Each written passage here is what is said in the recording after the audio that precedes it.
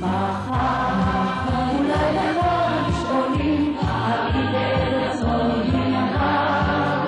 מחר ידעו בעדים בנים המון פעמונים של מה. כל זה לא משל ולא חלום, זה נכון, זה קרוב לצהריים. כל זה לא מחר אם לא היום, ואם לא מחר אז מחרתיים.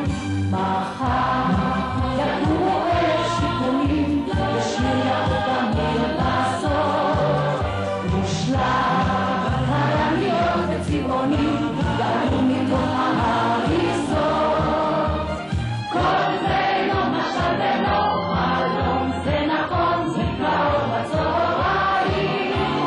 כל זה לא מחר אם לא היום, ואם לא מחר אז מחרתיים.